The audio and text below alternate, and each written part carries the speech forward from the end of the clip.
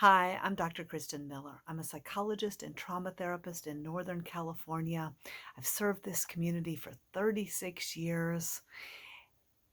And what I am really learning how to do, I've actually been studying it. How do we empower people with skills to self regulate the stress and trauma response, especially after really traumatizing events like the wildfires we've had in Northern California? Now, we know this process is so simple, but really kind of non existent in most communities.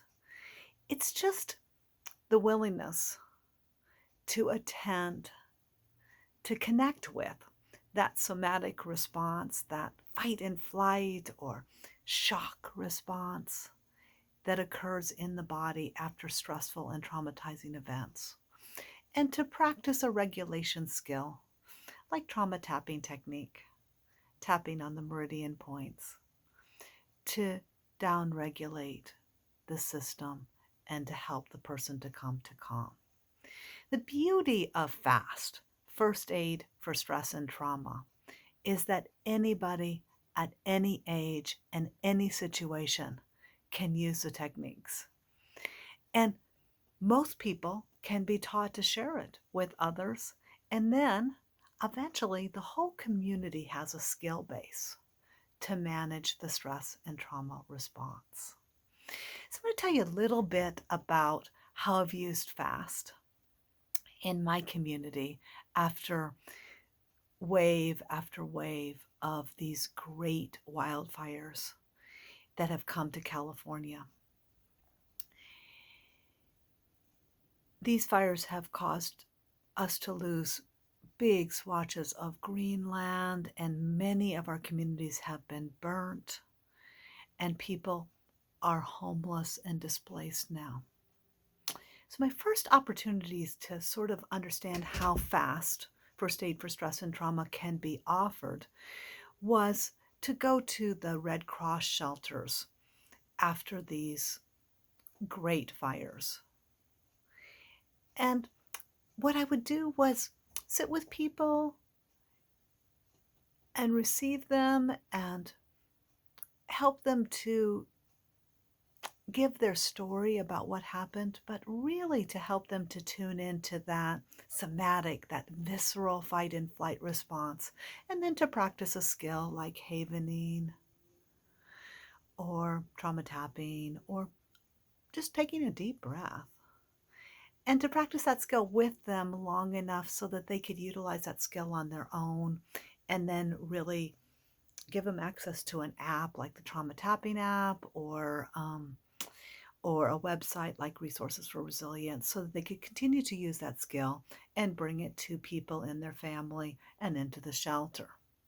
Now, I didn't just do this outreach in Red Cross shelters.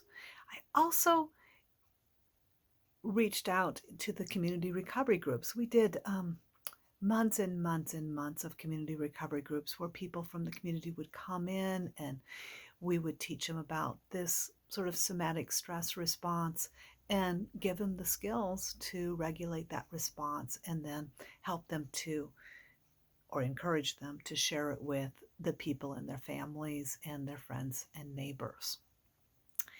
But I also got to be, besides the community recovery groups, I also got invited in by employee assistance programs to work with the first responders, to work with the utility workers that came in to really repair the infrastructure after the fires. Um, and later on, I also got invited by the hospitals to come in to help their medical staff deal with the amazing impact that so many of the medical people experienced during the Delta wave of COVID when so many lives were lost.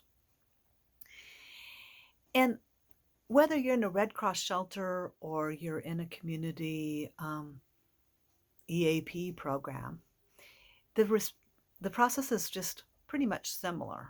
You just help them to attune to the somatic stress response and practice a skill or two to regulate that response, and then encourage them to share it with all of their people. Now, this outreach was great, but it's impossible to sustain because it was just me connecting with individuals and groups in my community. So we had to change the model.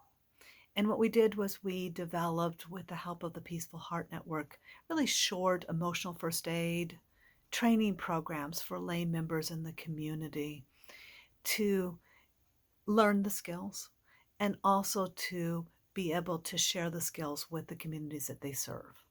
One of the best outreaches that we did here was I went in and I trained the ACE coordinator for the Shasta County Schools, along with several groups of teachers and school counselors, to utilize and share first aid for stress and trauma skills.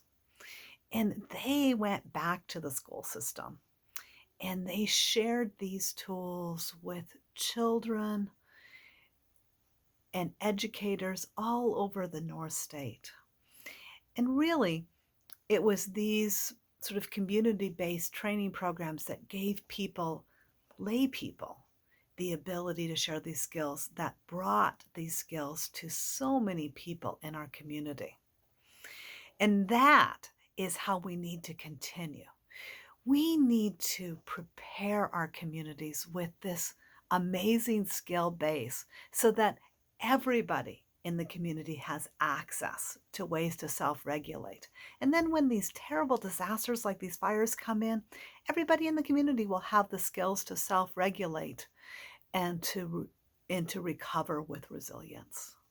So I'm so excited about the symposium, and I hope that we can find ways to bring all these skills to our people. Have a great day. Bye-bye.